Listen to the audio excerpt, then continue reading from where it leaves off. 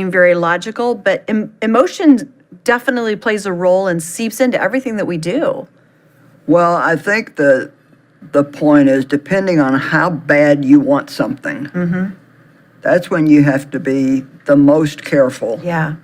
about your emotions. Because if you want something so bad that your emotions are involved in it, it's very easy to talk yourself into it, especially if it's something that, say, is not, it's not sinful. It's not a matter of, would this be wrong in God's eyes if I did this? Right. And so I think the best way for me to get my point across is to tell a story that is a little bit embarrassing, but I think it'll make the point. Now, all dog lovers will understand this. If you're not a dog lover, they'll still get the message. But I had a dog growing up, and then when my kids were little, we had a couple different dogs. And then I had a dog, she lived like 12 years. Her name was Duchess, and she was just wonderful. And then when Duchess died, I got another dog, and the trainer said he specifically picked this dog because he thought it matched my personality. Well, the problem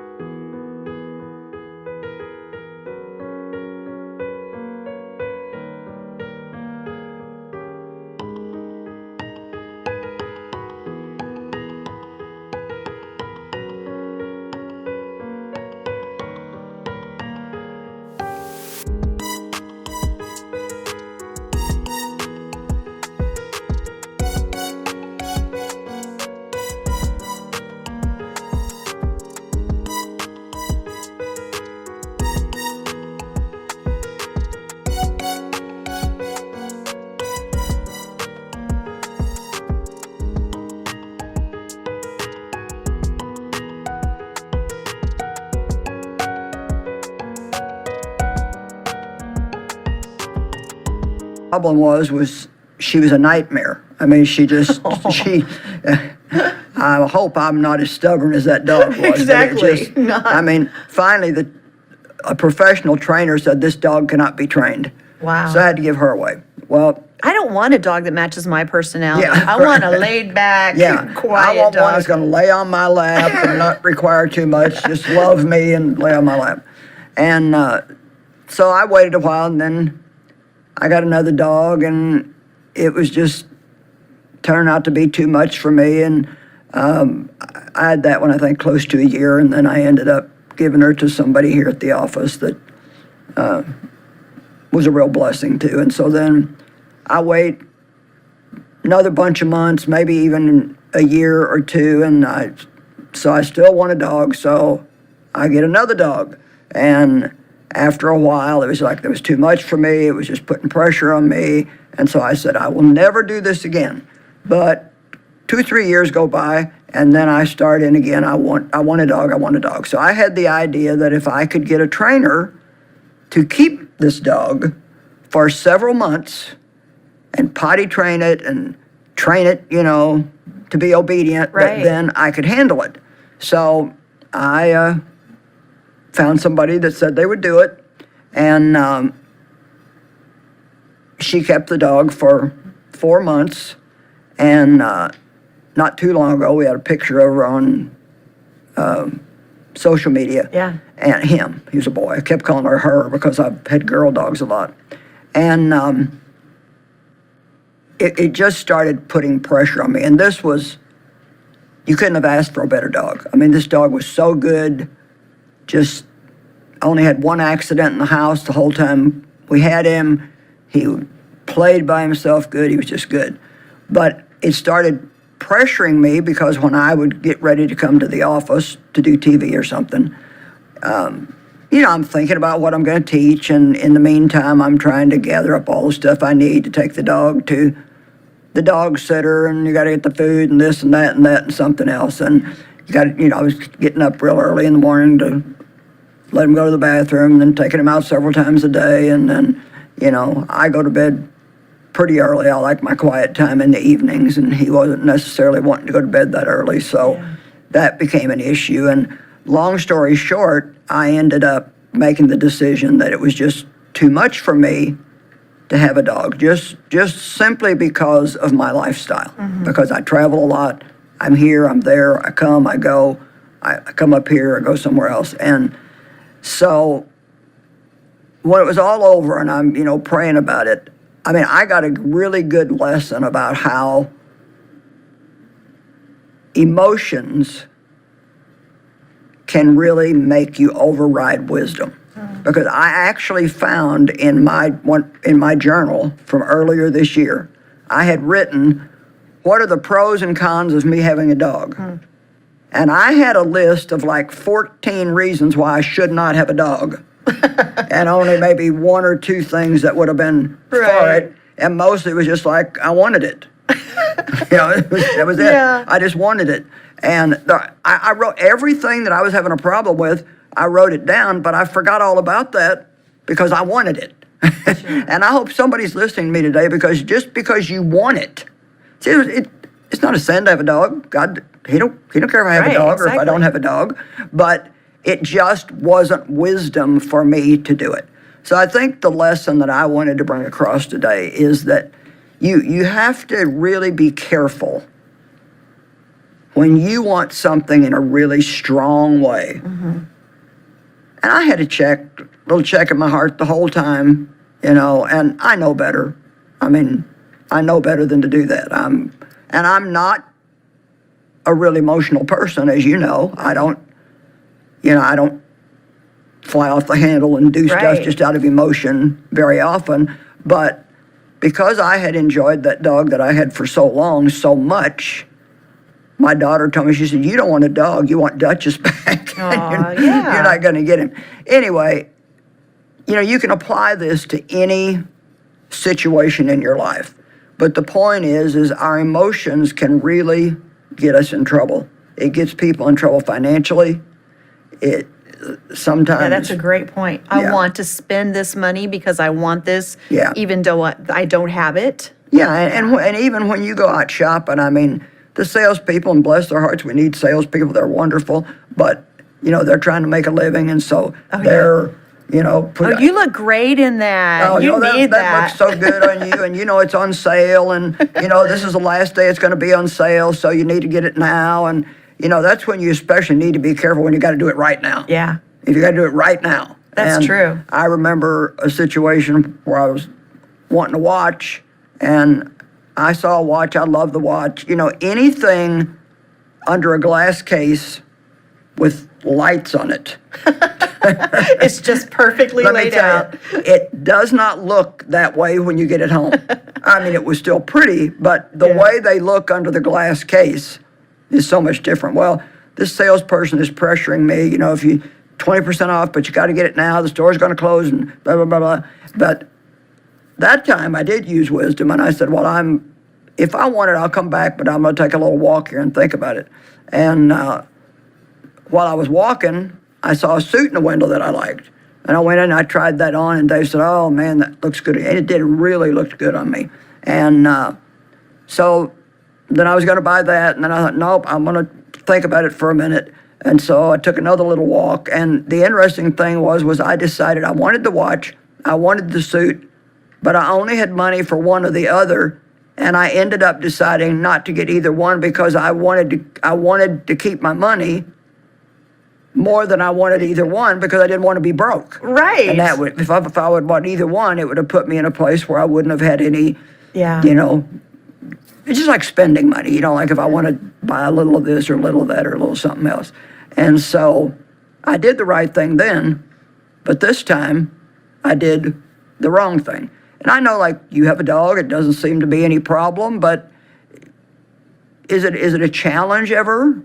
Oh, anyone with a dog can say there are benefits, but it's a lot of work. I mean, I love having our dog, but I'm not in the situation that's exactly the same that you are. Right. And it really does have so much to do with how much you travel and how much you have to concentrate when you're writing and preparing for teaching. So we're all so different. It also has to do with your age.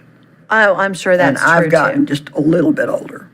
We're Just- just a smidge, just a little bit older. And I mean, just to be honest, I can't take the same amount of pressure that I could at one time. I mean, when I was your age, I could do 6 different things at one time, and I thought it was fun. But now I don't multitask as well. I need to be able to keep my mind on what I'm doing. And so it was just hard for me when I was Sure. trying to remember everything I needed to bring up to the studio to do TV, and thinking about what I was going to be teaching on that day, and then trying to think about what all I needed to take, for the dog and blah, Yeah. blah, blah. So And, let me ask you because I know how much you love dogs. I love dogs. I love animals of any kind. Yeah. I'd probably be happy to have a cow. I That would be some work too. I love to pet fur.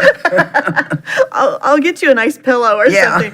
But what will you do differently when this urge comes back?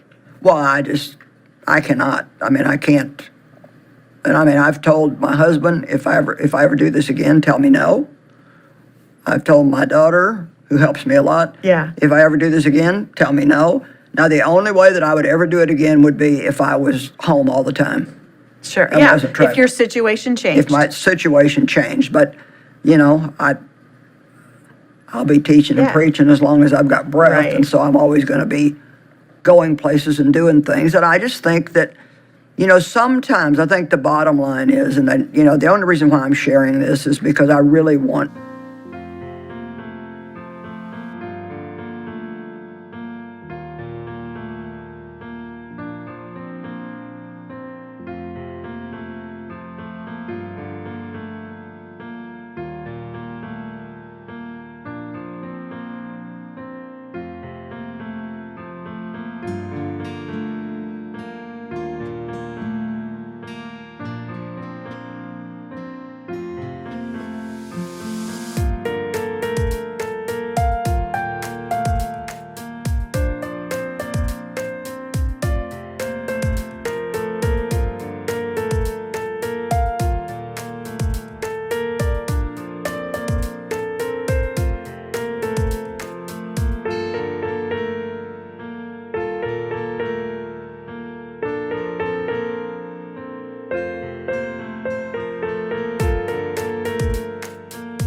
people that maybe are about to do what I did.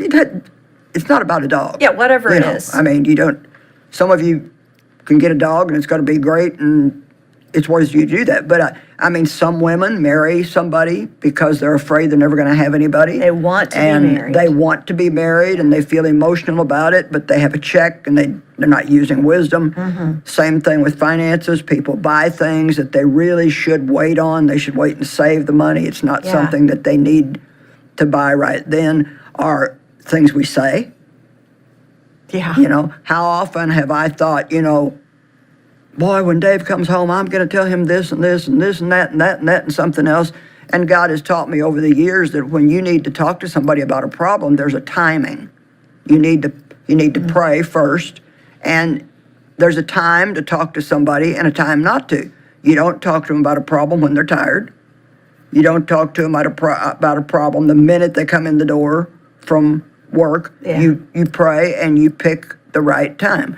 And so wisdom is doing now what you're going to be happy with later on. And so we have to think about everything that something is going to entail and not just do it because it's something that we want. Yeah. I think you said some really key things in there. Wait. Yeah. Don't be stirred by urgency of emotion. Right. And pray and ask God for wisdom to help when we Right. really need it, when we're feeling weak, especially. Well, and I think this lesson will help me in the future, and I think that it will help a lot of people listening. And like I said to some people, they may have, I know people who've got 3 dogs and 4 cats, and they're Yeah, it's not that. they're just fine with it. It's not about you can have all the animals you want, But somebody suggested I get a gerbil. I didn't want to do that. But I think the point is just because I wanted it, I think God had to give it to me because everything was perfect. I mean, I prayed for God to give me the perfect dog. And I mean, how many trainers are going to take a dog and keep it in their home? You know, and this woman, she said, I would have never done this for anybody, but I just felt like I should do it. And she didn't do it because she was a Christian and loved me and loved my teaching. God put it on her heart to do it, and she did it. She didn't know it was God, but she had a desire to do it, and she did it. And so I felt like everything was just falling into place.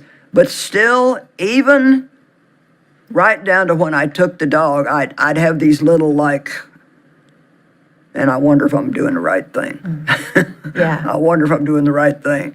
And so I've just really learned that you cannot go on emotion. You have to really make sure something's wise before you do it. That's really helpful. It's a great conversation because you're right. Whether, some people are more emotional than others, but it doesn't matter. When you really have a desire for something, some of that wisdom can fly out the window if we're not really Well, the really thing careful. that's interesting, like you said something important, like some people are more driven by emotion. Certain personality types, like the sanguine personality, they are much more inclined toward emotion and emotional decisions. I'm a choleric type A, and I'm not. And I've made the same mistake Sure. 3 times now. You'd think that I would have learned a little bit quicker, but see, I would let enough time go by in between that I would forget the last, Right. crazy thing. That's why I've told other people to hold me accountable, so you can help too. If I want a dog, say, no, Joyce, remember when. Here's what we'll do. My Sir Winston is always ready to come over and give you some snuggles and pets. And we will keep the recording of this conversation handy, and we'll just put it on your phone. And then anytime you need to look at it. Thank you. I said the other day, I'm going to have a party and have all the dogs over I've given away. I think that I have a second job, and it's buying dogs and giving them to other people. And so... well, that's a blessing, but too. he's got a great home now. He's with 2 more dogs and a young girl that's like 17 that just